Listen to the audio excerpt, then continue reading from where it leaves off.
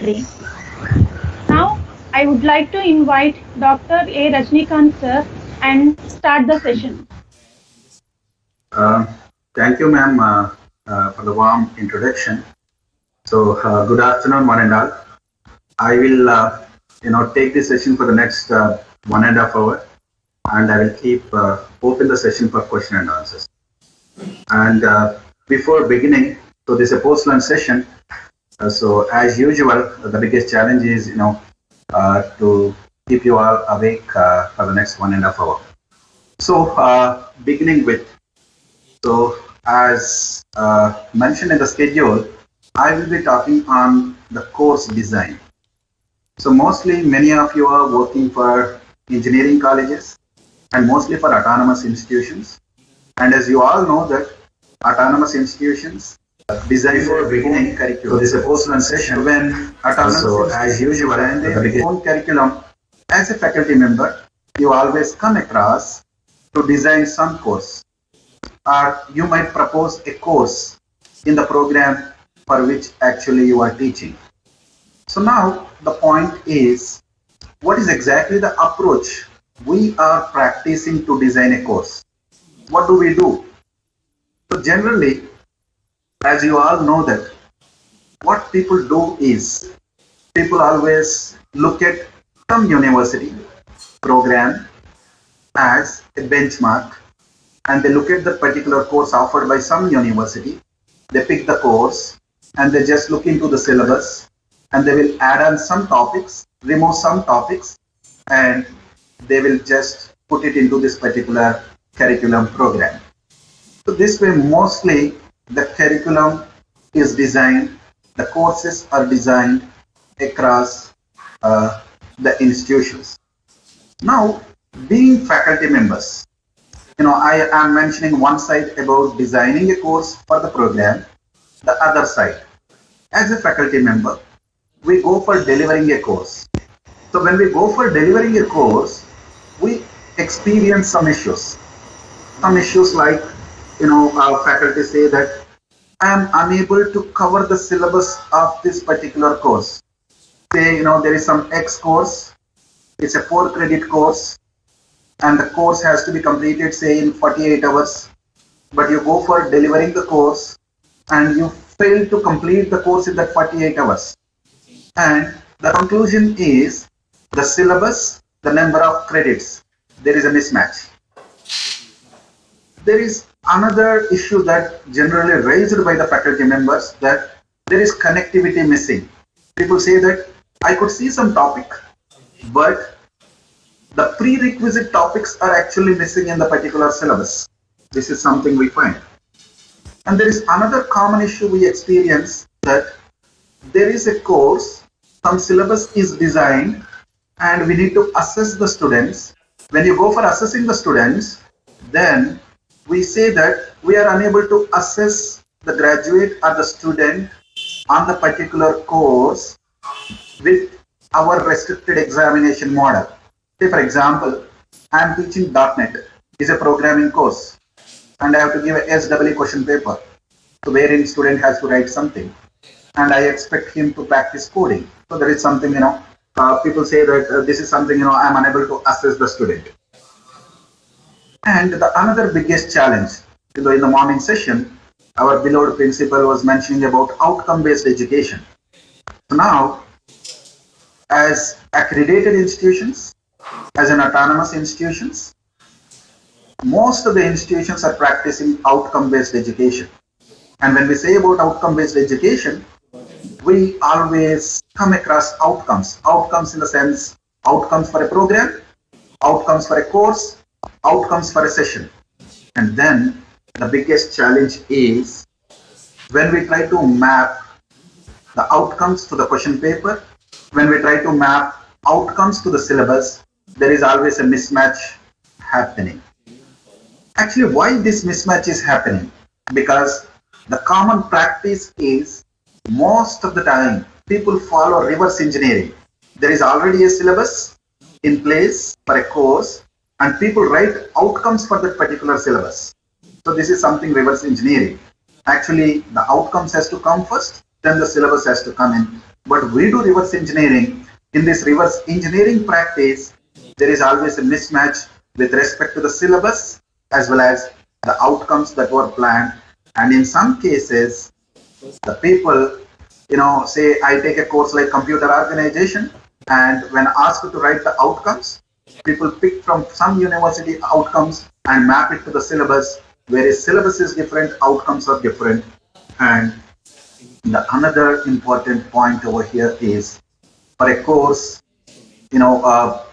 students have to learn, means, we deliver, students learn, and finally we need to assess. The question paper fitness is an issue. So are we able to design a question paper which actually matches to the particular syllabus? So these are some of the common issues, we come across when we speak about a course as a faculty member. When, we are, teaching, we are delivering. So these are some of the issues. So now, we were discussing, about the course, one aspect, that designing a course, the another aspect while delivering, the common issues that which we experience. So now, the next 1.5 hours, I will be, making you walk through that how we need to design a course for an outcome-based education. Now, what outcome-based education expects is learning experience. So here, the word learning experience is very much important. What is all about this learning experience? So when we are offering a course and when we are delivering a course, the student has to experience learning the course. Student has to understand the course. Student has to understand the context in all the dimensions, so that he should be in a position to apply the knowledge that he has learned in the particular course. So that is where the learning experience is very much important. Now, to bring in this particular learning experience, to assess that the student has learned the particular course, as well to deliver the particular course within the stipulated time, the course design is very much important. And for designing a course, specifically in outcome-based education, there is a very popular approach, and we call it as backward approach. And this backward approach really helps us in designing a very good course, which will definitely provide the learning experience to the students. So I will be speaking about that particular backward design. So I'll take, I just require a minute of time to share my presentation.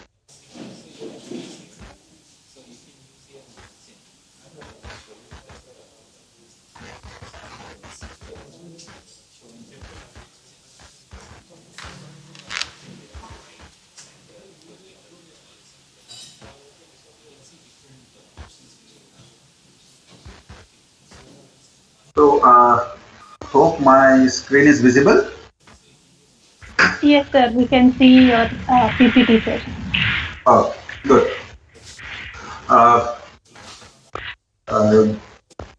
Participants, you can have a look at my email ID. So, at the end of the course session, or at any time when you have any queries relevant to the course design and backward approach, you can always approach me. Please make a note of it. So moving down, as I mentioned, next 1.5 hours, I will be discussing about the course design, and so basically how do we do the standard approach and the backward design, and how both are different. And as well, when I speak about the course design, as I also mentioned about learning experience, how do we create learning experience for a well-designed course? So wherein the active learning strategies plays a vital role over here. And as well, I will try to, contradict between the traditional and active learning approaches, and as well, few of the active learning strategies which are commonly practiced as well. So when we have some standard course in place, so how do we prepare a lesson plan? And what are actually the important sections of a lesson plan? And how this lesson plan is going to create the learning experience to the graduates. So this is what exactly I'm going to cover in the next 1.5 hours. So just moving down. So we are all teachers, right? So as a teacher, what do we do? Curriculum. Considering here as an teacher of an autonomous institution. So designing a curriculum is one of our responsibility as well. Looking at the learners and their learning is one of the important, responsibility. And planning for teaching and learning, that is the teaching methodologies, is one important. And developing the pedagogies and the prototypes is also one of the responsibility. And another point is being professional. So preparing or creating an engineering professional. So these are a few of the major responsibilities we do as a teacher. So before beginning with, we are all teachers. So this is something which always, I speak every time when I deliver any teaching and learning session. So a self-questionnaire for teachers. So whenever you go for a class, whenever you accept to deliver a course, whenever you go for taking some session, these are the three questions which always you are required to put yourself. The question number one is, what do I already know? Say now, I want to teach course computer organization. I accepted to deliver the course computer organization. The first question for me is, what do I already know? What I know already about computer organization? And what do I not know? So I also need to question myself, what exactly is missing knowledge for me to deliver this computer organization? And what would I like to know? So really what I would like to know about computer organization. So these are the three important questions we need to question ourselves, not exactly when offering a course, but whenever we go for delivering any session, we are required to, question ourselves. And these three questions always, help us in getting a clarity on the course we are delivering, on the session that we are going to deliver. And whenever we go for delivering a course or delivering a session, we also require to understand the learner. Here, we need to keep one point in mind, that the students are diversified or heterogeneous in nature. We have few quick learners, average learners, slow learners, and as well they have some prerequisite knowledge also. So whenever you go for a class, we need to understand that what do they know, what do they feel, and what do they learn. So what exactly the prerequisite knowledge they have, and what exactly they experience. So whether use of an ICT tool, whether an active learning class, or whether a passive learning class, whether collaborative learning, etc. And what do they actually like to learn? They like to learn programming courses, they like to learn some theoretical courses, some mathematical oriented courses, or some new topics which are innovative or which are advanced topics. So we need to know this. So this really helps us in understanding the learners and catching the pulse of the learners. Sometimes people say that, the class is so good, the professor is delivering, but it is an overhead transmission. Overhead transmission means, we see overhead electrification wires everywhere, to which we can't catch. The professor is so good delivering, but the professor failed to connect the learner. So understanding the learner, connecting the learner is very much important. The next question is, how can I engage my students in a way that is meaningful for them?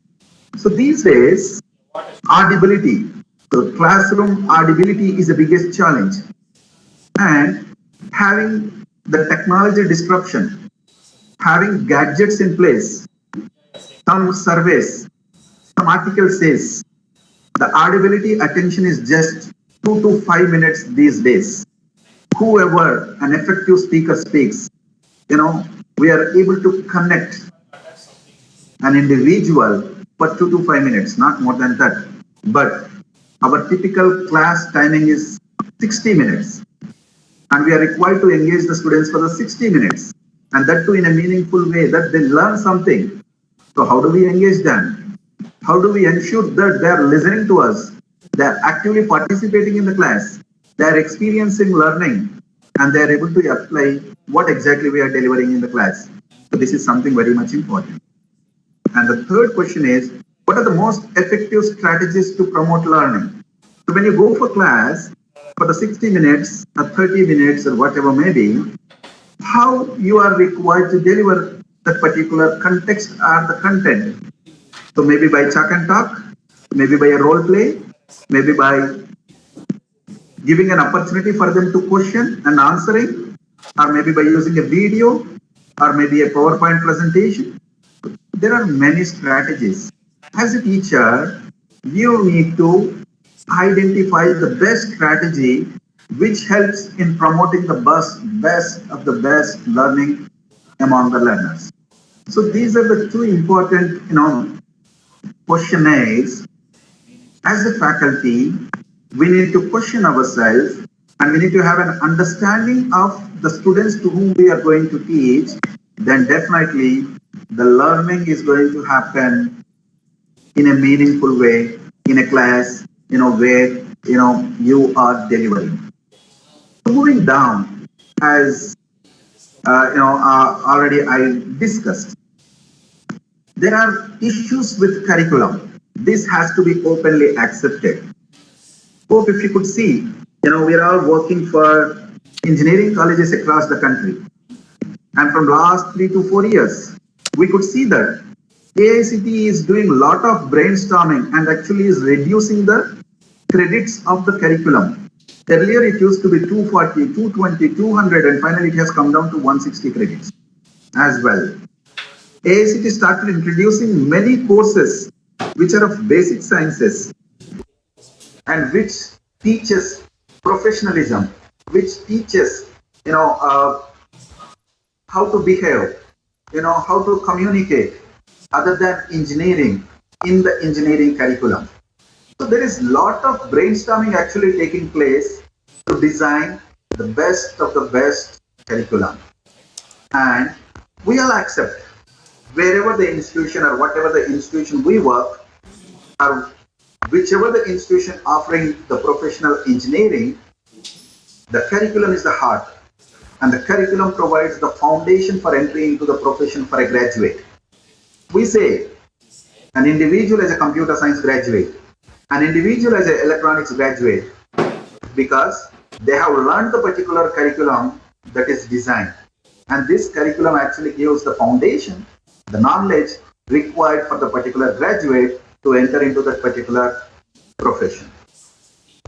So the common issues, as already I discussed, so the curriculum mostly fails to meet the credit and hour requirements. This is a common,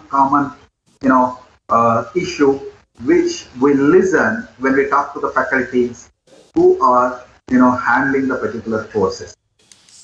And the next one is the graduates are not satisfied with the learning experience. Curriculum consists of set of courses, and these courses, while learning, students are not happy. They are not getting the learning experience. So something is missing there. A course is delivered, students attend the classes, they clear the course, but finally, when it comes to applying the course, when we ask about the context or the contents in multiple dimensions, they fail to answer. And this is something, an issue with the curriculum. And failing to assess the courses already, as I discussed, and failing to plan the sessions to meet the outcomes. So this is also an important, issue with the curriculum. So moving forward, this is something, we all need to understand that as a teachers, as a faculty members, we are designers. So designers in the sense, we are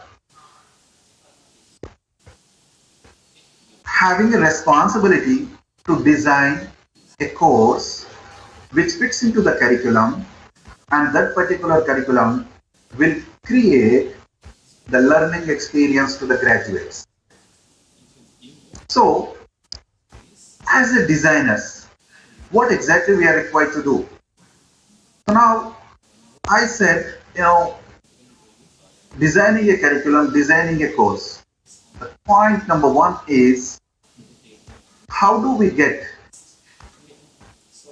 or how do we introduce a course into the curriculum? Say, now I'm from computer science. We are offering computer science curriculum. So how do we introduce some course into the curriculum? Say now, blockchain is something coming up new. AR/VR is something coming up new. So how do we introduce these courses into the curriculum? So here, the very first point is, we need to diagnose the student needs, the graduate needs. So graduate needs in the sense, understanding what exactly he or she requires as a part of the computer science curriculum. And the graduate requirement actually comes from the industry requirement, the societal requirement, or the industry demand, the societal demand from which, a student need arises. And as a teacher, we need to diagnose the student need. Once we are able to diagnose the student need, we will come to a conclusion that so and so course has to be introduced in the particular curriculum. And as the designers of a course, designers of the curriculum, what does we do?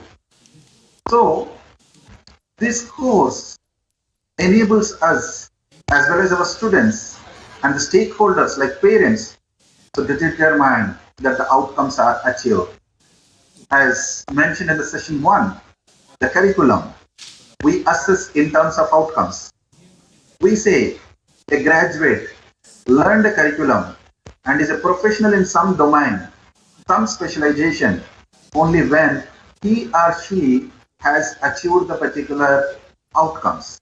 And when he or she has achieved particular outcomes, the stakeholders say he or she is a computer science professional or electronics professional. And as a teacher, we say, as an institute, we say, and as an industry, they say that they have achieved the outcomes. So now, as a course designer, we should be very much mindful about our audience, as we know that our audience is our students. So now when I'm saying teachers as designers, so we know designers in another professionals. We know architects. We know graphic designers. The architects, graphic designers, etc., they always pay a lot of attention to their audience, to their customers. They understand what the customer requires. They design the product in such a way the customer appreciates, accepts, feels happy with the particular product or the prototype that which we have designed. In similar, we as the designers of the curriculum, we as the designers of the course, we need to make the students happy. We need to make the students get the learning experience with the course that which we are offering. So I'm trying to build the context, the importance of the course design. So moving forward, as I already mentioned, the other design professions like architecture, like engineering, graphic design, or engineering, etc., they are mostly client-centered. Similar way, when we are designing a course also, we need to be with the student-centric system. So given that the effectiveness of the curriculum assessment and instructional design is ultimately determined by the achievement of the desired learnings. So what does this statement say? We are designing a curriculum, and once a curriculum or the course is designed, we deliver the particular course, then we assess the students on their learning, and once we are able to do all this thoroughly, and the assessment gives some achievements or outcomes, and once we are able to get good enough, we say that the curriculum is very effective. Otherwise, the curriculum is not going to be effective at all.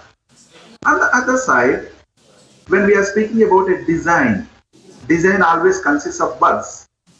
Say like, I take an example of a software.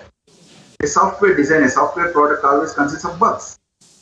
And the software bugs need to be rectified so that finally we get a very good software developed. Similar way, from the particular curriculum also, we are required to, eliminate the bugs. We are required to, overcome the issues, the missing topics, mapping between credits and hours, mapping between the learning strategies, etc. So this is something very much important.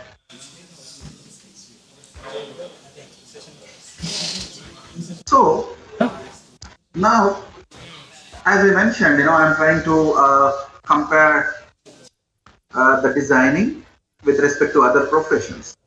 So when I speak about designing a product, maybe in terms of software, maybe in terms of architecture, they always have some standard form. So when I speak about software, we have some standard process models. People say, I practice agile model, some say waterfall model, spiral model. Like we have some process models in place. Similarly, every design profession, they follow some standard approach. And that particular standard approach will end up in giving the best product. So here, similarly, a standard approach has to be practiced, has to be followed in designing the course too. As well, take an example. When a software product is getting developed, the developer will take into consideration of various parameters like the user friendliness of the product. He will try to see that the software consists of very less bugs. As well, they also will take into consideration the budget and the neighborhood aesthetics. Similarly here, when you are designing a course, when you are designing a program or a curriculum, we are also required to look in that what are the needs of the student, what are the facilities and infrastructure available with the institution or the department to offer the course, and what is the skill set available with the students or the graduates. So these are some of the parameters we are required to take into consideration while designing a course. So the point to be remembered is, as a designers of a course, we are constrained. There are some constraints. So the constraints need to be taken into consideration. For example, here I will take an example of one active learning strategy, four-corner method. This is popularly used in Western countries in classrooms. In four-corner method, the students will be divided into four groups and made to sit in four different corners. And every group is given with some topic, and later on they exchange the topic with each other. So now in an Indian classroom, we have 60, typically 60 in strength. And in Western classrooms, typically 20-25 in class. So that is possible for them to have a four-corner method. But in an Indian classroom, typically 60 students, planning a four-corner method is not possible at all. So this is something constrained. So while designing a curriculum, say, I say that I want to design a curriculum, and for offering the particular course, I require a Param supercomputer. Say, getting a Param supercomputer for offering my course and ensuring that, students get the learning experience is not that possible. So there is a budget constraint there. So as a teacher, we always need to remember that we are constrained. And constrained not only in terms of infrastructure, we are also constrained in terms of assessment too. And mostly are typically in Indian, universities, the assessment is standardized. We have a standard assessment model. and mostly we call it as semester end examination, and which is typically a written exam. And it says that, there will be some 15 questions or 10 questions. Either this question has to be answered or that question has to be answered. And sometimes the question paper will never give a provision for you to ask for an open-ended question. Now, you have designed a course with some set of outcomes, and to assess the particular outcome, you have to give an open-ended question, but your assessment model is not supporting you. So this is a constraint. So, as a teacher, as a designer of a curriculum or a program or a course, you are constrained. And constrained with respect to various parameters, we are required to keep all these parameters in mind and design a course such that the course will never miss the learning experience of the graduate. And the fourth point says we are not free to teach any topic we choose by any means, because as mentioned by our professor in the morning, that we have program outcomes. The curriculum is always a subset of the program outcomes, and the course is always a subset of the program outcomes again. So, we can't put up any topic over here. Whenever we choose some topic, the topic has to fall into the particular, the program level outcomes. And this is something, another constraint. So that is where, while designing a topic, we need to take this into consideration as well. We are also guided by the national, state, district, as well as the institutional standards that specify what students should know and be able to do. So here, I have to touch upon few points. So most of you all know the Bloom's taxonomy, and the Bloom's taxonomy speaks about some learning levels. And the Bloom's taxonomy has three different kinds of, taxonomies there. So cognitive, affective, in place. So now we are not going to consider all those, our taxonomies. Instead, we just consider only cognitive taxonomy over here. And in that cognitive taxonomy also, we have 6 different levels, starting from the remembering level to the create level. But if you look at the program outcomes of a typical Indian engineering program, the expectation is only to the apply level. So the program never, engineering program never expects more than an apply level as per the standards of decided by the country, by our bodies like AICTE. So it is up to the apply level. So they're not means, you can teach to the higher level, but as a country norm, an engineering graduate is supposed to learn any concept at least to the apply level. So as I already mentioned in my earlier slides, AICTE has reduced the credits to 160. So whatever the curriculum you design, it has to fall into that particular 160 credits itself. And we all know that in the last year, even our government has come up with NEP, the National Education Policy, and which again has started giving some governing policies. So now whatever the curriculum you are offering, whatever the course which you are required to offer, they always are guided by these particular authorities, and you are always constrained to. So now, as I said, there are issues with the course design or the curriculum design. So that is where we have to follow some scientific approach, and I mentioned the backward design. So before further entering into that particular backward design, there is some article which says there are some two twin sins are the basic sins of the traditional design, that which we normally practice. So this is something which as a participant you will recollect, because as a teacher you are engaged in this profession from long time.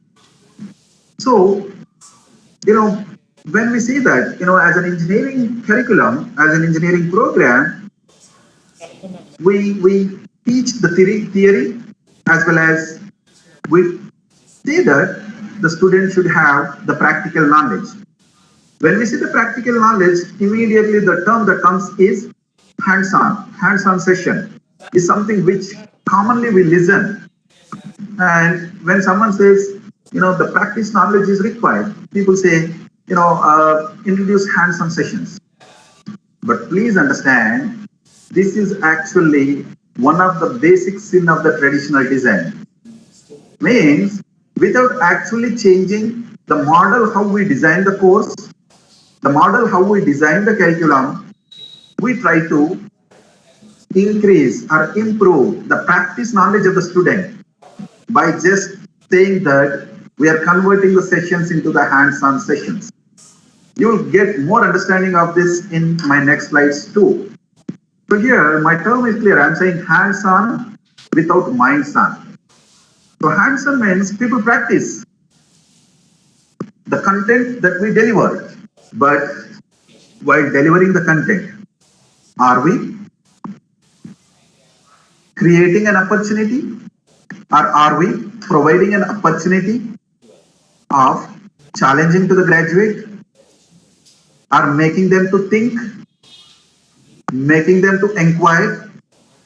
If not, giving some material, giving some program, giving some instructions, and asking them to do the practice will always, which is having again a predefined output, and which is a traditional design sin, and which says hands-on, students are practicing, but they are actually not using their intellectual capability because they are not challenged, they were not questioned, and in fact, they were not getting an opportunity to do that also.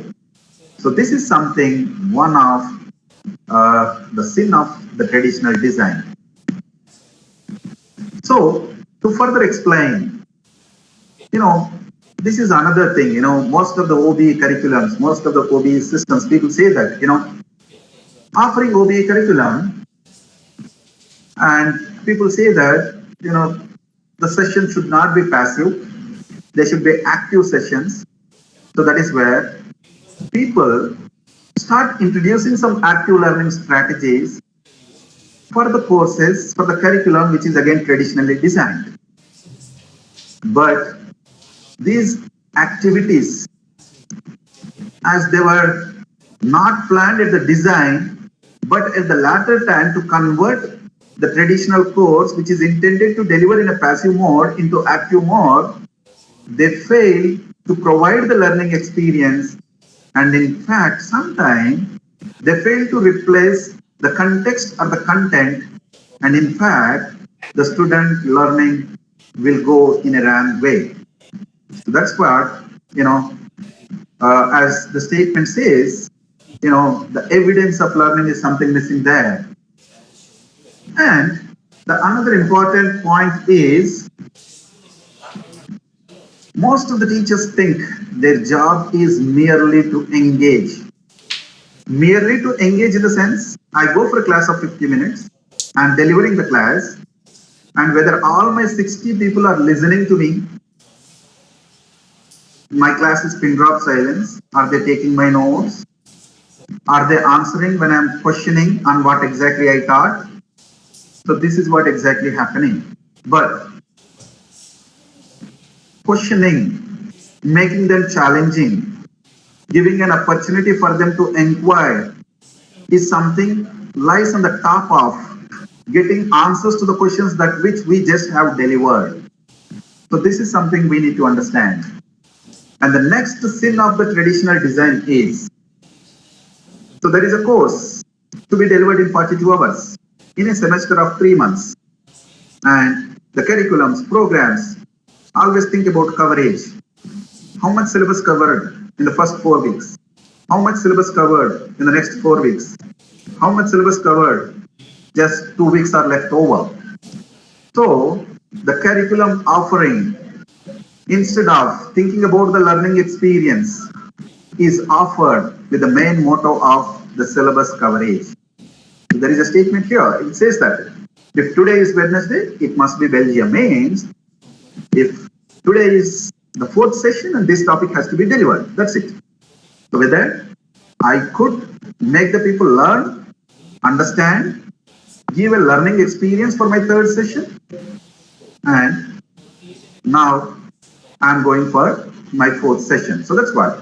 So the two important sins of the traditional design, as I said, one is hands-on, converting the theoretical into the practice, giving some standard instructions, having definite output, making the students practice, making the students work. And the another one is coverage, saying that my syllabus is covered, I have taught all the concepts, but nevertheless saying that my students have learned all the concepts, my students are able to apply all the concepts that I have delivered. This is the other way, the sins of the traditional design.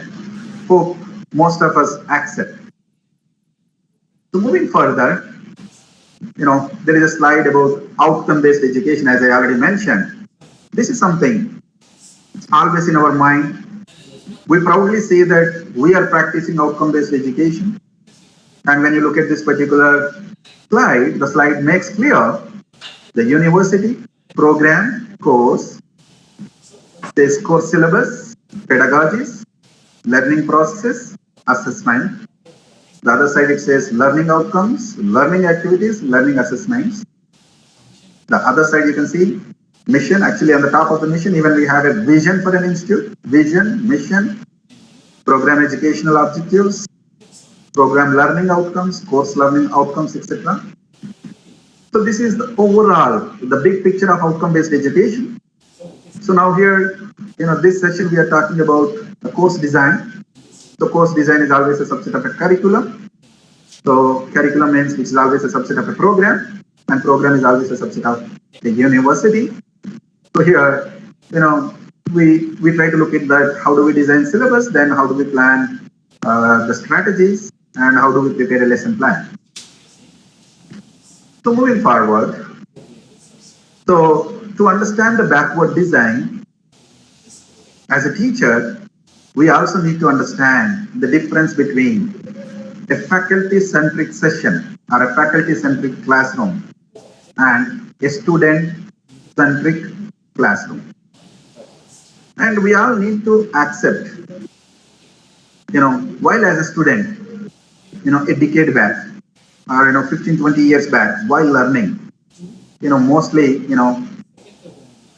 we were in the faculty-centric classrooms where the 60 minutes controlled by our faculty. He has a plan to deliver. He has a plan to complete.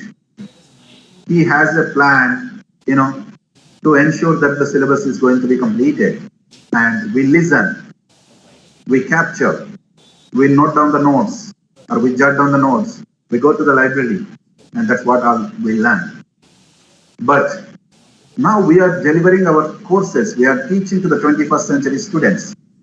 And here one point we need to remember that we are not tech savvy, but our students are tech savvy. We are tech migrant, but they are tech native.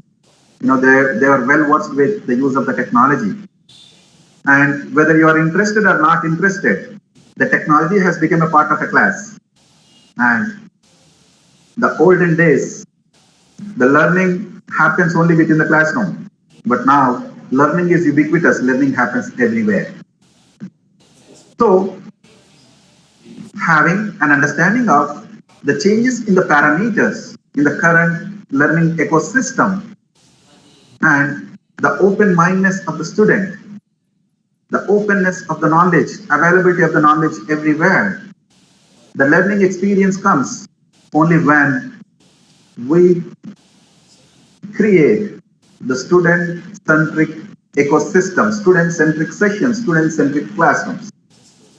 So when you look at this particular slide, you understand the basic differences. The student-centered is always controlled learning. As a teacher, we control that, make the students listen to us, make the students look at what we show on the presentation, what we put on the board, and we lecture. And mostly it is passive. We deliver, they jot it down, and they note it down. But coming to the student learning, student-centered, it's mostly active learning. And the active learning means student participates in the learning, student participates in some activities, student discusses with his peer, each other, understands what they know each other, and they experience the particular learning. And finally, this is something authentic learning, that yes, we learned something from the faculty, from my peer, from my classroom, and more, topics were discussed in detail. And finally here, the collaboration is actually taking place. And this kind of learning environment always provides, a learning experience. And this is what expectation of the 21st century student as well, the expectation of OBE, educational system too, that is designing a student-centric system. So the other side, you can see that knowledge, experience are owned by the teacher. Teacher controlled a class of students. But look at this, the other side. Peers, students are divided into some groups. And the communication is both way between teacher and peers. But in the initial one, the communication is one way. Some set of students collaborating and, the knowledge is shared and it's all together some experience in place. So now we actually enter into the actual, topic, that is a backward design. So what exactly happens over here? So just look at the traditional, when we design a course, what do we do? Standard course planning, what do we do? So mostly you accept with me. First, we choose a textbook. So, if, as a head of the department, if I ask some faculty to offer some course, first I try to check, is there any textbook available for the course? Which are the textbooks available? Which textbook I need to pick up? Then write the syllabus from the particular textbook, maybe from a single textbook or from set of textbook, choosing some chapters from the textbook and write the syllabus. Then write and revise the lectures. So from the syllabus we get the lectures, right? So revise the lectures, right? The 42 or 60 or 70, whatever may be the hours. And then once the lectures are ready, we prepare our PowerPoint presentation or the notes or the lesson plan, etc. And this is actually offered to our students.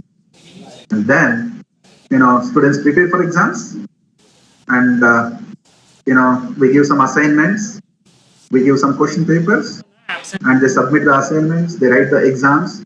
And this is how a course is planned and a course is delivered, and the finally student learning assessment is going to take place. So this is how we do, and this is the standard course planning or the traditional course planning. And for this particular model itself, we try to write some outcomes. That is what I said in my initial, slides, that we do reverse engineering and we try to prepare some outcomes so that it maps to that particular syllabus. But so I forget to mention, this is always the instructor centered. Now coming to the backwards design. So as I said, while designing, as a designer, we need to follow some standard approach. And the backwards design approach is most popularly accepted design approach for a curriculum, for a course, for a session across the world, and mostly followed by the AICTE institutions across the globe. In the same slide, you can see at the bottom, right, I'm having some citation over here. So please make a note of that. So there is a paper on backwards design, and you can learn and you can read the paper in detail, so which gives even more understanding on the backwards design after this session. So what exactly we do for designing a course? Here I just take a course. What do we do? The first foremost important step is at first write the learning goals. So please do not get confused over here. People use goals, objectives, outcomes interchangeably. So here mostly we speak about outcomes, or you can say that formulate learning outcomes. Whenever you decide to offer a course, whenever you decide to design a course, the very first important step is we are required to write the learning outcomes. So maybe that 3 outcomes or 4 outcomes, why you are offering this course, what is that you are expecting the student has to learn.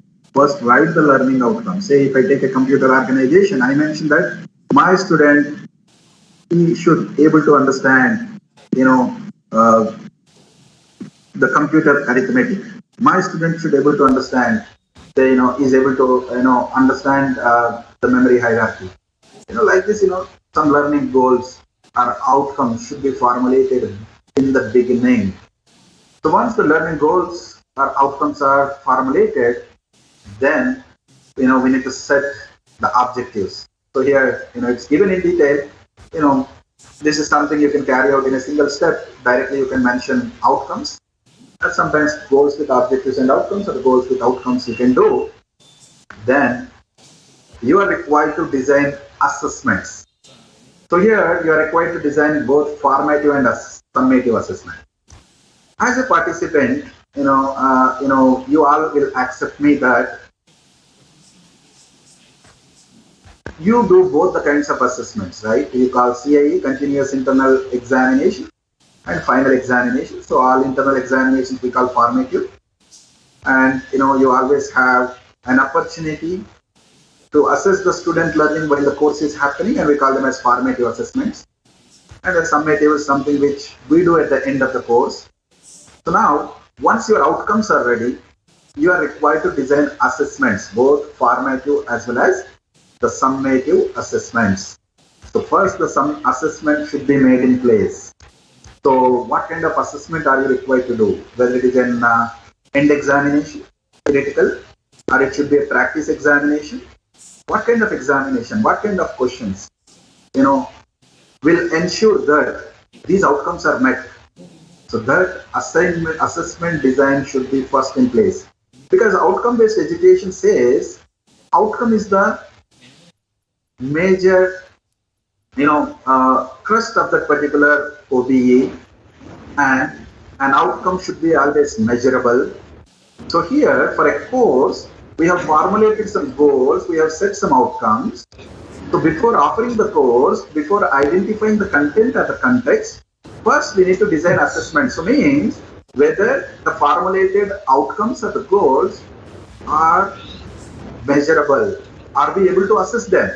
If you fail to assess that outcomes, then you can't offer that as a course. Then you can't offer that in a curriculum. So this is something very much important. So that is where, you could recollect. When I began my session, I said, when you are offering a course, we always say that, I'm unable to prepare a question paper, I'm unable to assess an outcome. That is what we say. That problem comes because we are practicing a traditional approach. But here, when you do the backwards design, the backwards design says first design assessments before designing the syllabus. Then the outcomes are ready, as outcomes should be measurable. If an outcome is not measurable, then the outcome should not be taken into consideration at all. So that's where, you are required to design formative and summative assessments. So I'm not going to discuss much about formative and summative. You can search on internet, or this is going to be covered in detail in the further sessions too. So once the assessments are ready in place, then you are required to develop the learning activities, the lectures, homework, etc.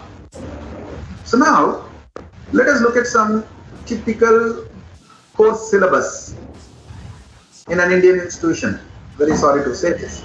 We'll have a concept. Concept will be like this. I take again computer organization, like, there will be refill counter, a concept. Now, we follow Bloom's taxonomy.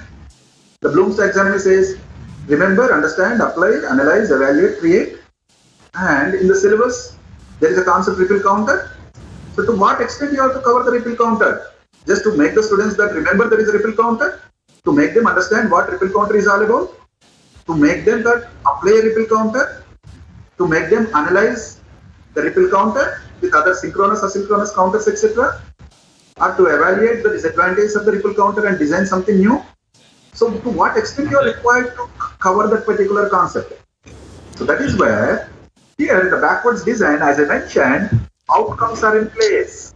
Outcome says this is something has to be achieved, learned by the student. And this is something I'm going to assess the student. And then I'm going to plan my learning activity accordingly. When I deliver, ripple counter. So my assessment of the ripple counter is applied. So then I'm going to plan my learning activity in such a way that I am going to deliver, I'm going to teach ripple counter to the apply level to my student. And for that, I require a learning activity. As I already mentioned, we need to have a student-centric system and an active learning approach in place. So here, we are going to choose the best learning activity which replaces the textbook content and which makes more meaningful learning for the student to understand the every dimension of the particular concept. So, how the learning activities are planned, and we call this particular approach as the backwards design approach. So as a faculty member working for an autonomous institution, so when you get an opportunity to design a course, so as autonomous institutions go with newer regulations to reduce the gap between industry and institution, to make the students more employable and to make the students, more knowledgeable with the societal requirements. So you are always required to practice the backwards design, and you are always required to formulate the goals and objectives too. And here when I'm saying formulate learning goals or set learning objectives.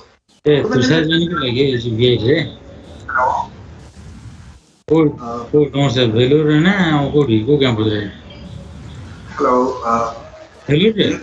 I'm listening from someone. Hello. Dear participants, please mute your mic. Okay. So, there is always a gap in the curriculum. The program educational outcomes are there. And for the program educational outcomes, a curriculum is designed and the courses are designed, which means the PUOs. And, even these goals and objectives or the outcomes are derived from the gaps of the program outcomes too, from which a new course is going to get emerged. A new course is going to take birth in the particular curriculum. And we call this particular practice as the backwards design. So hope you all got an understanding of the basic difference between the standard course planning and the backwards design. And as I already mentioned, many of you accept that we are practicing this standard course planning, that is using a textbook or benchmarking some university program and taking a course that they offer and trying to put it in our curriculum. So this is what generally we are practicing, but this is something wrong, and we are required to practice the backwards design.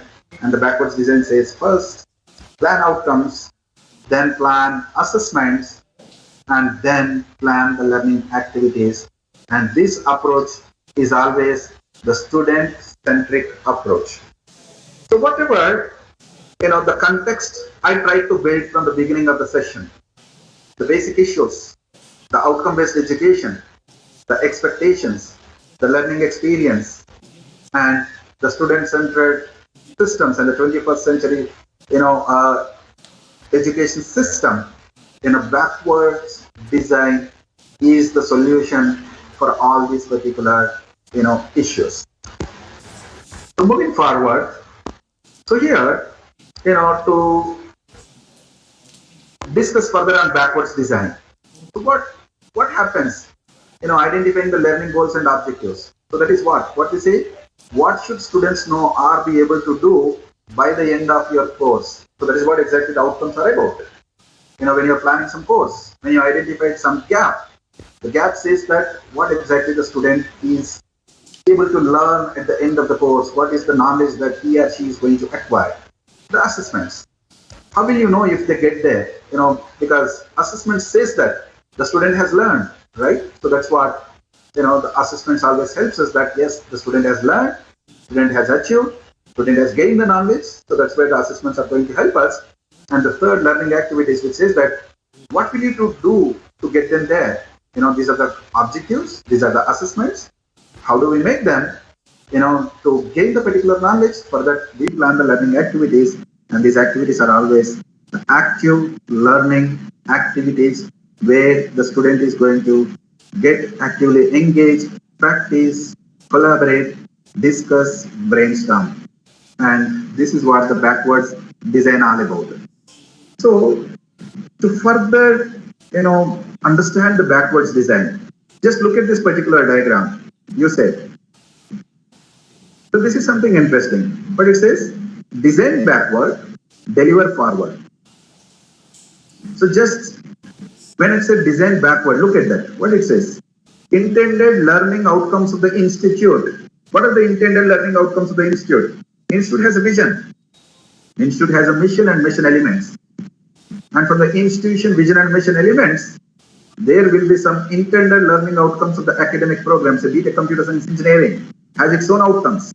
M.Tech Computer Science Engineering has its own outcomes. B.Tech Electronics and Communication Engineering has its own outcomes. So which are a subset of that. And from that, we have an intended learning outcomes of the course. From that, intended learning outcomes of the unit.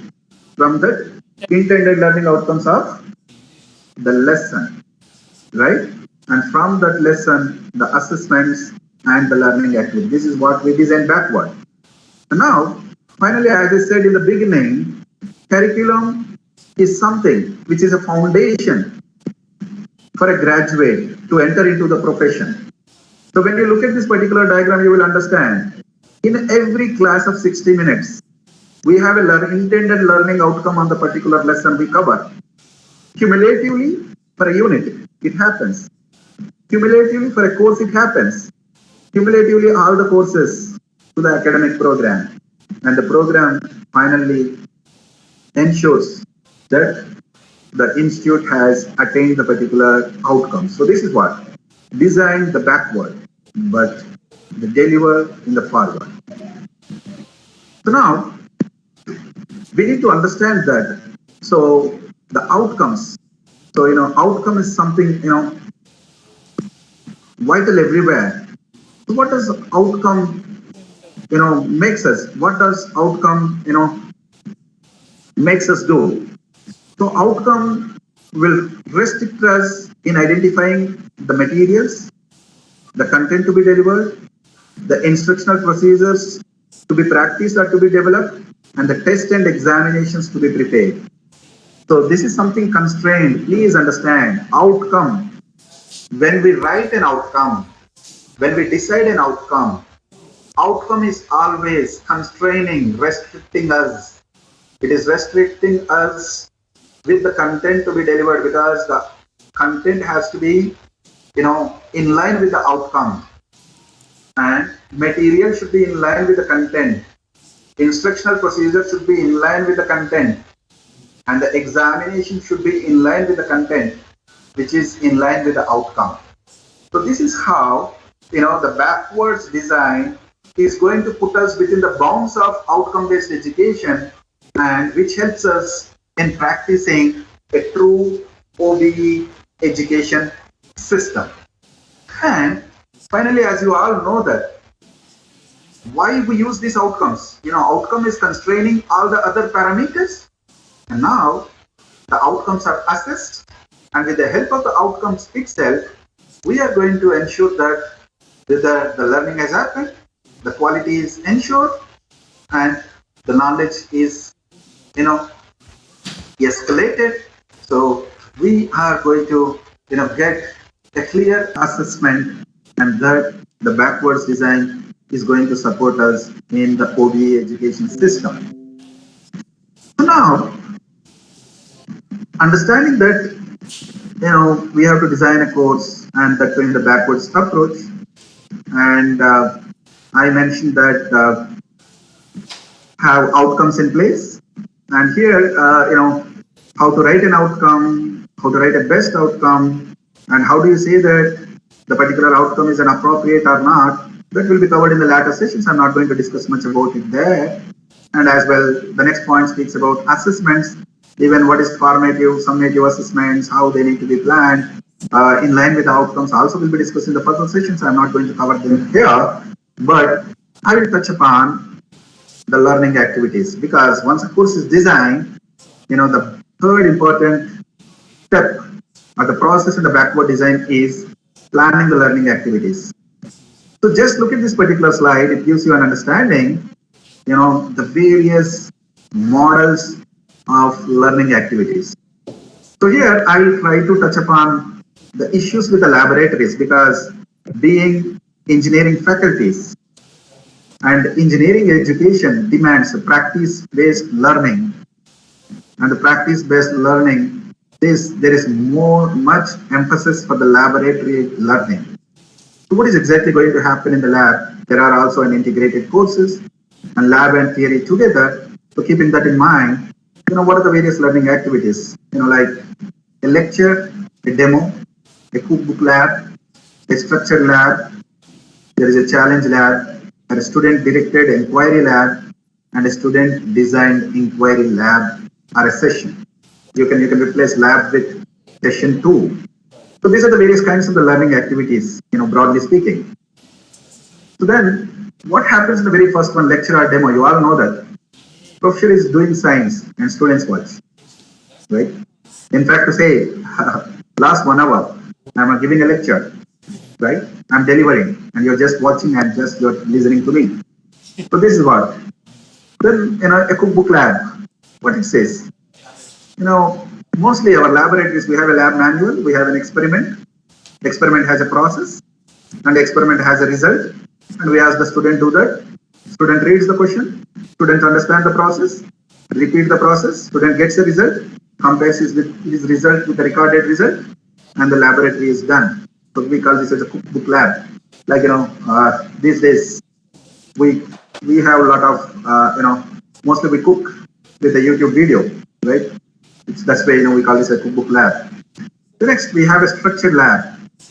It says that professor sets one procedure, student reach own conclusion based on evidence.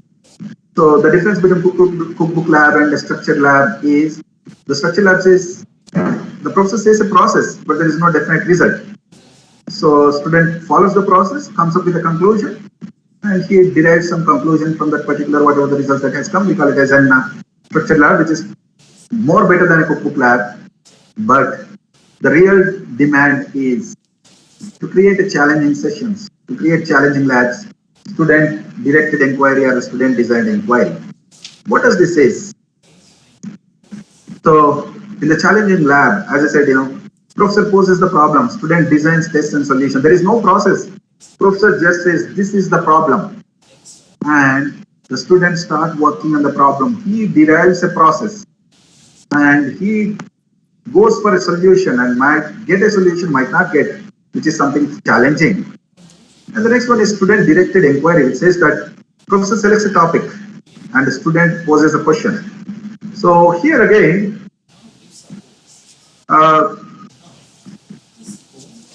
so it says that, student-directed inquiry means, I say, as I already mentioned, that, as a professor, I say topic in the sense I say counter, and then the student will create questions.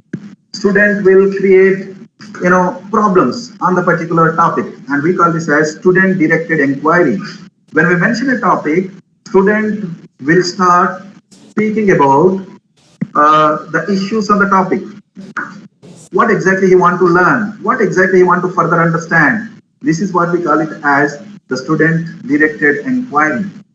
And finally, the topmost is the student-designed inquiry. It says that here even the topic is selected by the student. Student says that, I just want to learn this topic. Let's say something on blockchain.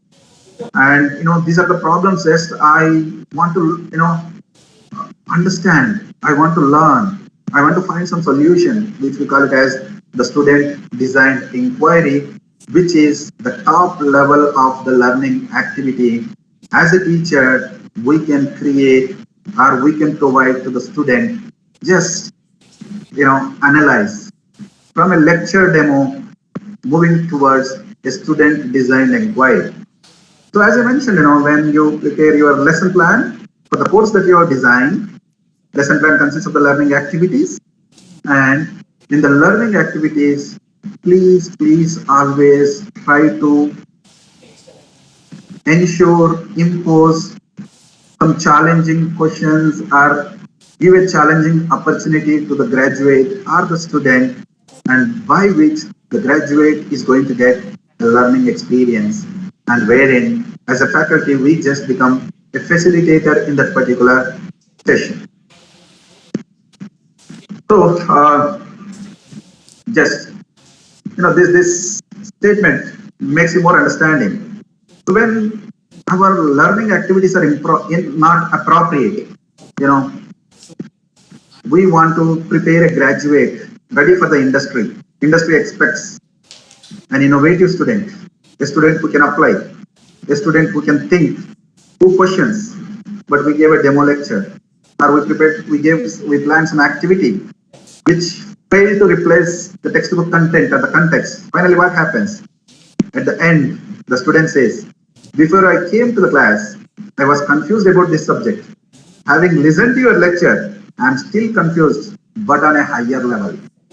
So this statement says there is some curiosity to the student to learn, but our planning as a designer that we failed, and as a teacher we failed, to maintain the particular curiosity in that particular student and to ensure that his concepts are cleared and he gets an experience that he has learned something new. Moving further, so active learning. So this is something mostly you all know that, and in fact I say the other way, activating learning. So in our classrooms, we always need to activate the learning. So to activate the learning, we need to impose the active learning strategies, and mostly the active learning strategies uses collaborative learning as well, and a few do not use collaborative learning. So I'm not going to discuss much about them here. Active learning is something where the student engages. Collaborative learning is something where again student engages but within a team, and we call them as a collaborative learning. Now, moving further, as I said, planning learning activities, and mostly I would like to concentrate much on laboratories as I mentioned. So why laboratories in engineering education? Why? Why not just theory? Why practice? And why these laboratories? Because you all know that the laboratories are actually planned because to ask the questions and define problems, and then plan and carry out investigations on the problems, analyze and interpret data that is gathered, collected from the particular experiments or that is already available, and use mathematics and the computational thinking on the particular problems that are defined. Develop and use models, some prototypes, etc., or some solutions, and develop some explanations and design solutions which are not there before. Engage in an argument from evidence. Once the experiment is conducted, as I said, it gives some result, and from the result, some conclusion has to be derived. That this is yes, this is not, or this is not the right approach. This is the right approach. This is what the accuracy we call. And finally, the labs helps us in obtaining some results, in evaluating the results, and in communicating that this is something happens by this particular approach to the rest of the society or to the rest of the community. So this is what exactly the purpose of the laboratory is, and this purpose is met when we go to the higher order learning activities and not just restricting ourselves with just demos or the cookbook labs, but actually moving to the higher order, learning activities. So just further to make you recall, to make you further understand a cookbook laboratory. What is cookbook laboratory? As I said, already the lecture is there, questions are provided, materials are provided, procedure is provided, data collection is provided, what analysis has to be done is provided, data tables graphs are also provided, and answers are also provided, and student get an answer and he compares his answer with already available answer. And this is what cookbook lab is all about. So now we need to promote active learning, right? So for promoting active learning, what exactly we need to do?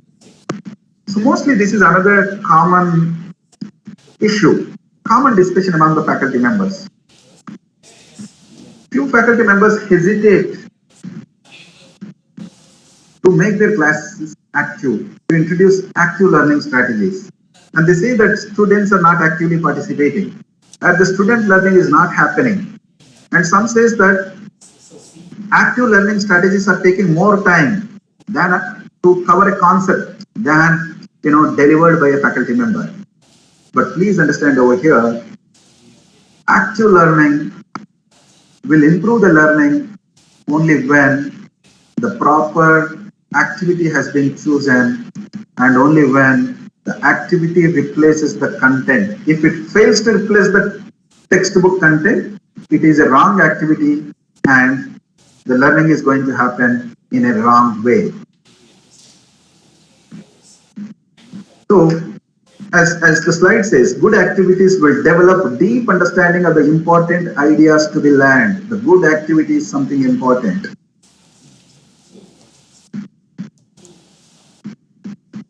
So, as I already mentioned, goals, objectives, and outcomes. So, I'm not going to touch upon these here much.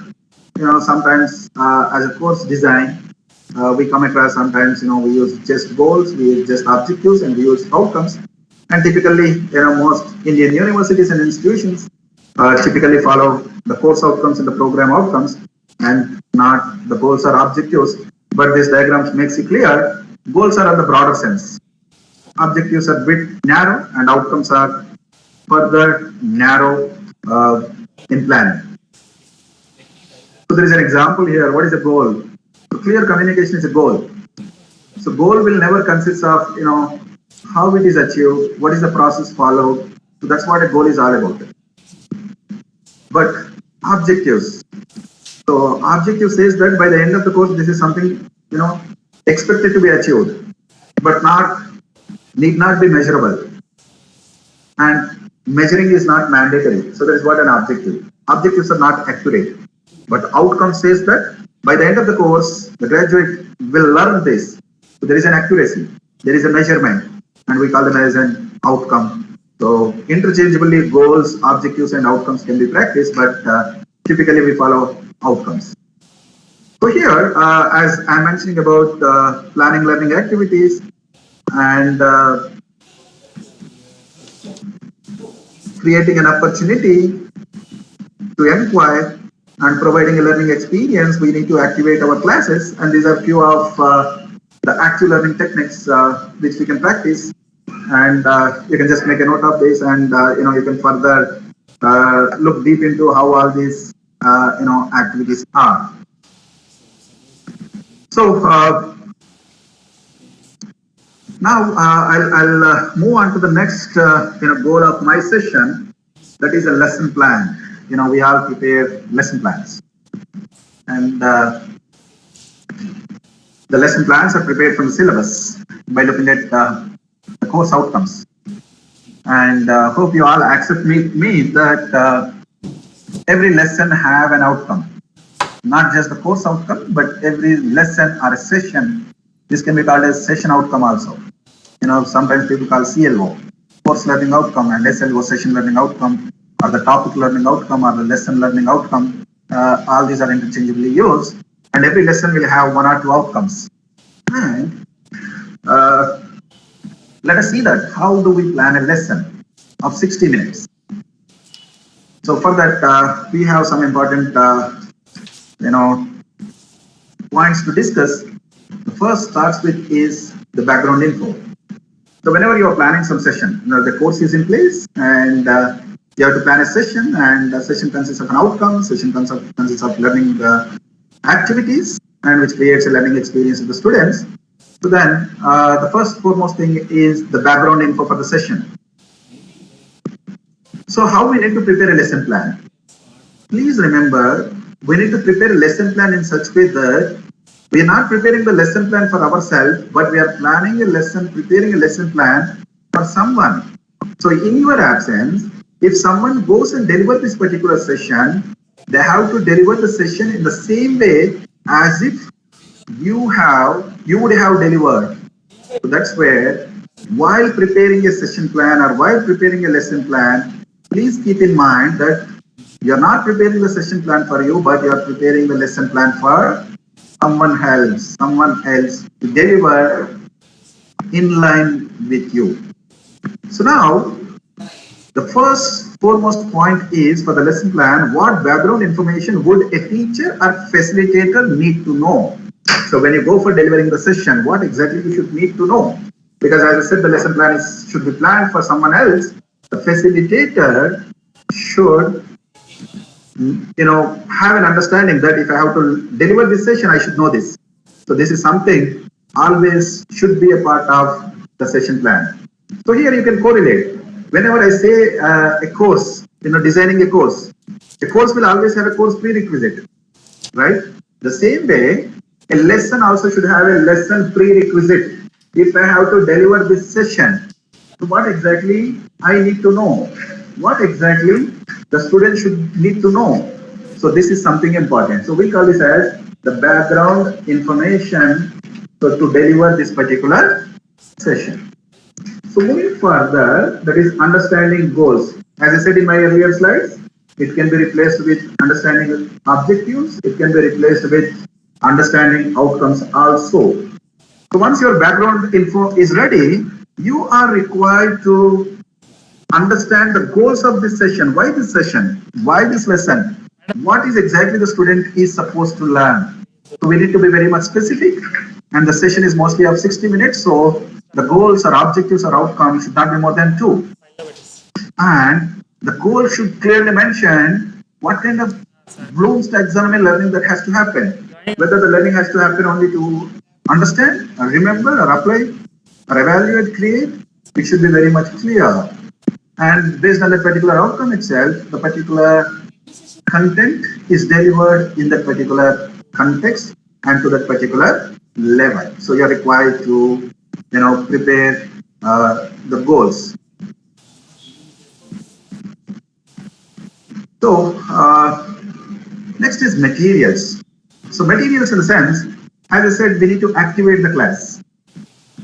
We need to have an active learning class. So to have an active learning class, I mentioned few of the learning activities there, and most learning activities require some kind of materials. So some teaching aids you require. If you have to use Jigsaw, you require some posters. If you use 4-carbon method, you require some drawing sheets in place. You require some nameplates, or you require a projector, you require sometimes audio, various kinds of materials actually you require for delivering that particular session. Even that should be a part of your session plan. So planning a session, what is exactly the background info required to plan to deliver the session? What is exactly to be delivered in this particular session outcomes? And what exactly the material required for the learning activities to deliver this particular session? Then is the starting. It says that, is it required to reveal the students the current knowledge, or you are required to raise a problem and then discuss the concept? There is a concept people say that, hourglass principle, we always need to practice. Whenever we look at any research article, when you read an abstract of a research article, abstract always starts with a need, a story. It says that, current day technology has evolved, and which is, which made us get more data. That means there is a problem, and with that problem, something is required. So that's where, how do we start the session? Are we going to start with some specifying some story, some problem, or straight away you say this is what approach available? That also need to be clearly mentioned within the particular session plan. So starting is something very much important. Starting is what makes them curious to listen to you for the next 60 minutes. And this is what, how do we create importance for your next 60 minutes is what this starting is all about. And then comes his activities. As I said, the materials are in place. Then you are required to plan your activities. And these activities will always make the students get engaged in the class. Then the structuring. So how do we do those activities? Are you going to do the students in such a way that all 60 people do individually? Are you going to do in such a way that 4 students join as a group collaboratively? Are the students sitting in a common bench, students sitting in a common row? How you are going to do that? How you are going to plan those activities? That is what all about the structuring of your session And then moving forward, the flow and order. So how do we see that the class goes?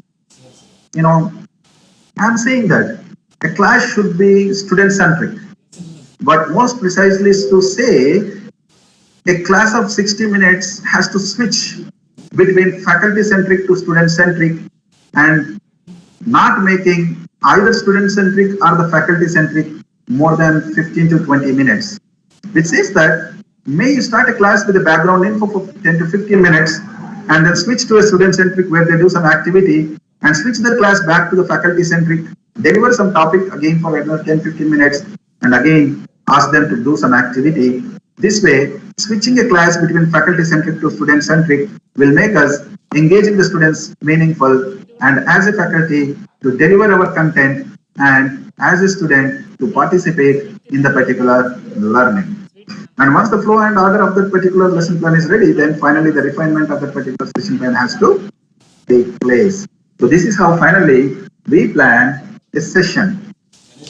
Okay, so I'm not going to conduct this thinking cave, but at the end I would like to say one thing, that as a teacher, always give and create opportunity for the student to think, not just making them to listen what exactly we deliver. Make them to think on the content, on the context, on the topic, as make them move beyond. But finally, remember one thing, there is some syllabus, we deliver everything in the syllabus, and we never move out of that particular syllabus, and we never create an opportunity for the student to move out that. Finally, it is nothing but a spoon feeding. But there is a famous quote which says that spoon feeding in the long run will help the learners in learning about the shape of the spoon, but not in gaining the knowledge of what exactly there in the spoon. So this is something, with which I would like to end. And before taking up some questions, I would like to show some, sample session plan.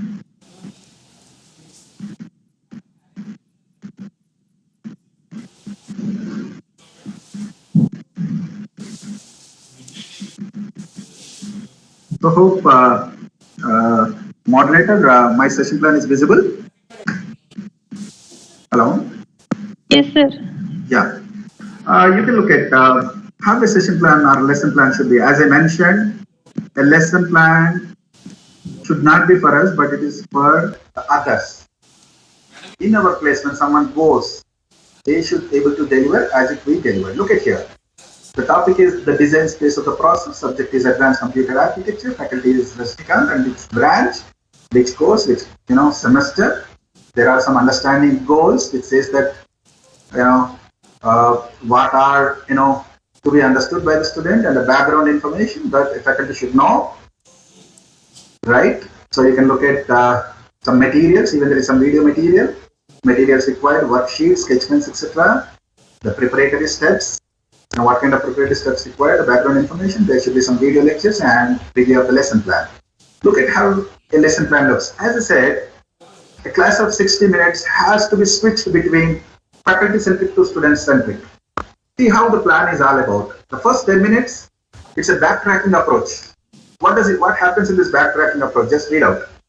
The students already had the knowledge of instruction execution, functioning of central processing unit, processor performance parameter like clock rate and cycles per instruction, asking questions by correlating both the factors and their influence on the performance, helps the students in recalling of the previous information, and those students who don't have any idea of remembering the concept partially can also learn at this moment and participate actively. This is called as a backtracking approach. Actually, mostly we follow this. We always begin the class by asking questions of our earlier class, and few students start answering, and the other set of students who fail to remember will recollect what exactly happened in the previous class. So what is activities? Student summaries. All the students are divided into two groups for this backtracking approach. Each student has to find one partner from the other group.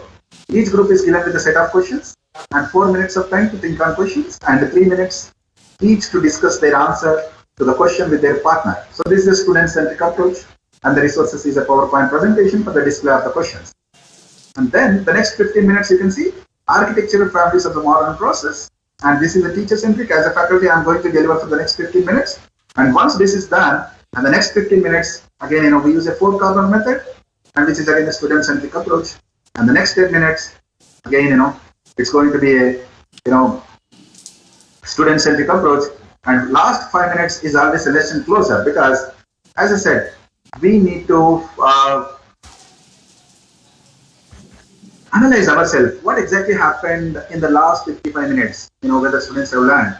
So there is a popular technique people practice, and people call it as a muddiest point. Muddiest point in the sense, we deliver for the classes of 60 minutes, we deliver for 55 minutes. In the last 5 minutes, we need to ask the students, take a piece of paper and ask them to write the muddiest point of the day. Muddiest point means the concept or the topic that which they could not understand properly. Everyone will write. And as a teacher, you have to collect all of them, get back to your office, and you can just look at that particular what students have written. And in that, you can find that most of the students commonly write some concept which they fail to understand, and that makes you understand the concept that is delivered in the last 60 minutes or 55 minutes, the students fail to understand, and you're required to, plan a different kind of activity to make them further understand. You can't teach the same way again. You already delivered, students could not understand. So you have to plan a different activity so that, students understand the concept further better. So this is what called the lesson closer. So the lesson closer always should happen with an in-class assessment. This is one kind of formative assessment that has to happen, and that formative assessment and in-class assessment always helps us in analyzing or in getting the feedback of our class in that particular 50 or 55 minutes or the 1 hour of time. And this is a sample session plan. And you can see that there is an assignment as well after 60 minutes. So now, as I said, learning is everywhere. Learning has become ubiquitous. The point is, how do we engage a student? Engaging the student in the sense, typically in engineering, for your course, you might have 3 hours per day, or 3 hours in a week. So you are going to connect to the students for 3 hours, but how are you going to engage them beyond your class timings? You have to give some assessments, assignments, case studies. Then, making the students to work, not just within the class by active learning activities, but also while they are at home, making them work, is what exactly the learning experience they get. And this case study should always be more challenging and should be of inquiry based. And this is one sample lesson plan. And please understand over here, for a course which you are going to deliver, you are required to prepare such detailed session plans, and such detailed session plans will make you or an individual who goes in your place to create the required learning experience for your graduates.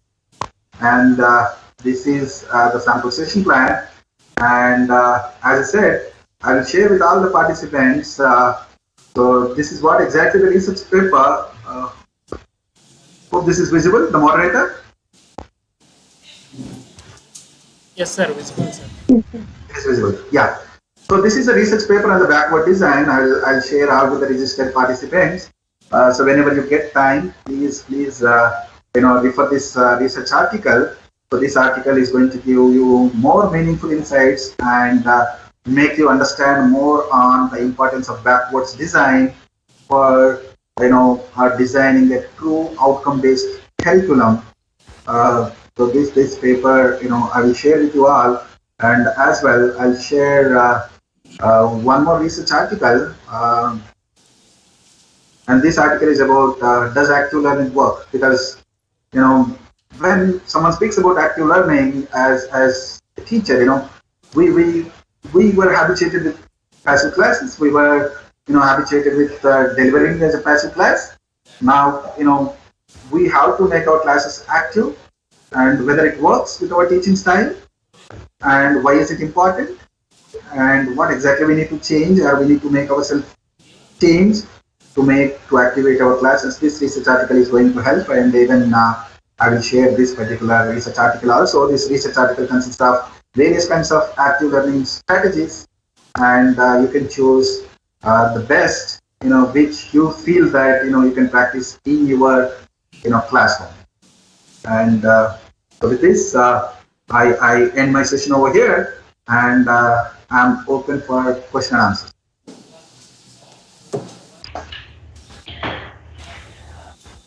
Now it is the time for queries. Dear participants, if you have any queries, please raise your hand, then we will unmute your mic.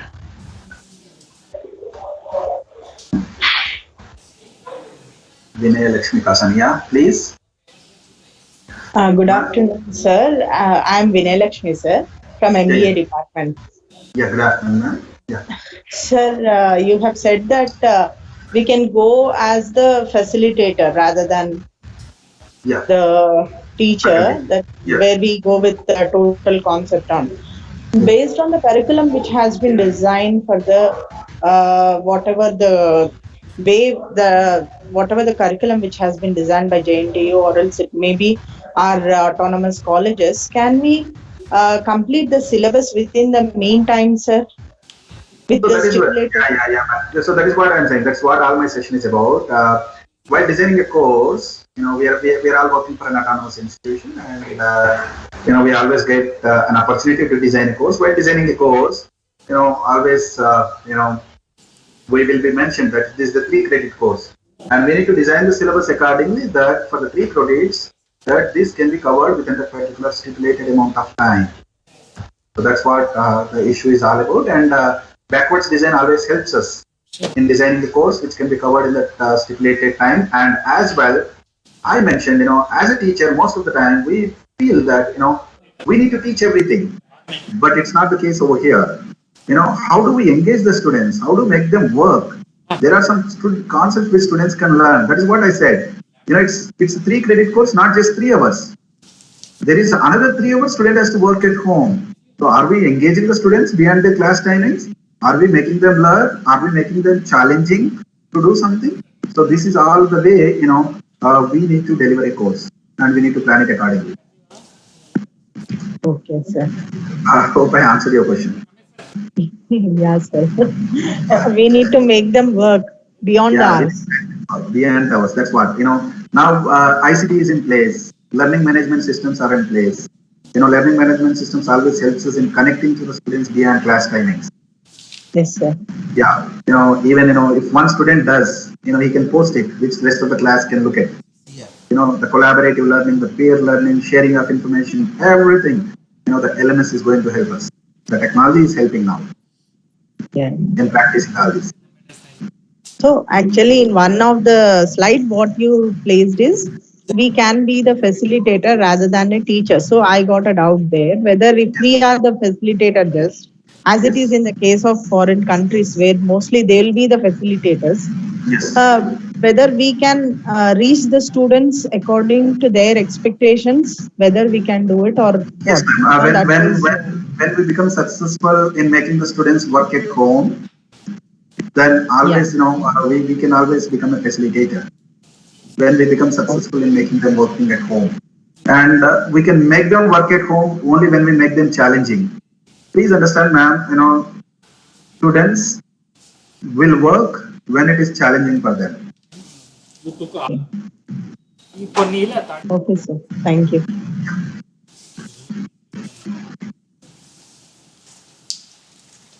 So any more questions? You can also put in the chat box. I'll try to answer.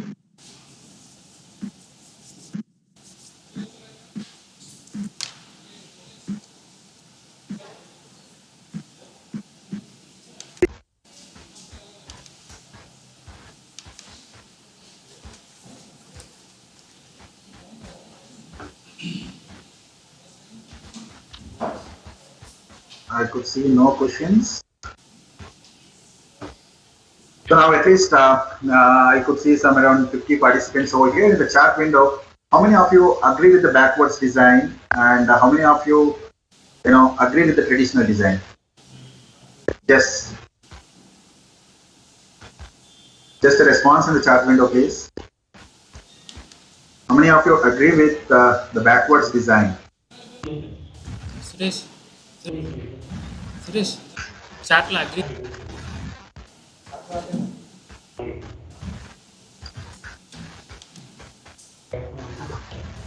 It's a very silent class.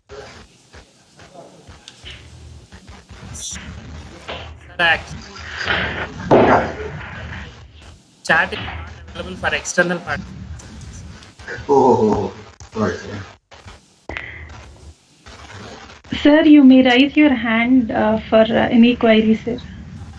Okay.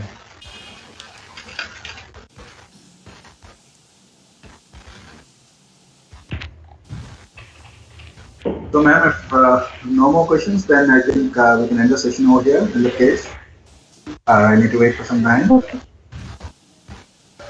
Okay, sir. If you get any questions in the chat window, even you can raise on behalf of them so that even I will be answering.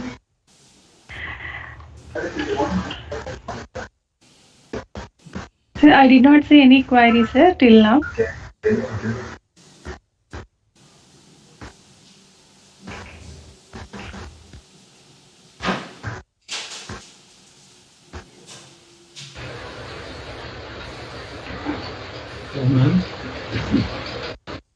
Hello. Yes, sir. Yes, sir. You can ask your query, sir. Dr. K. Praveen Kumar. What about the chat box is disabled now?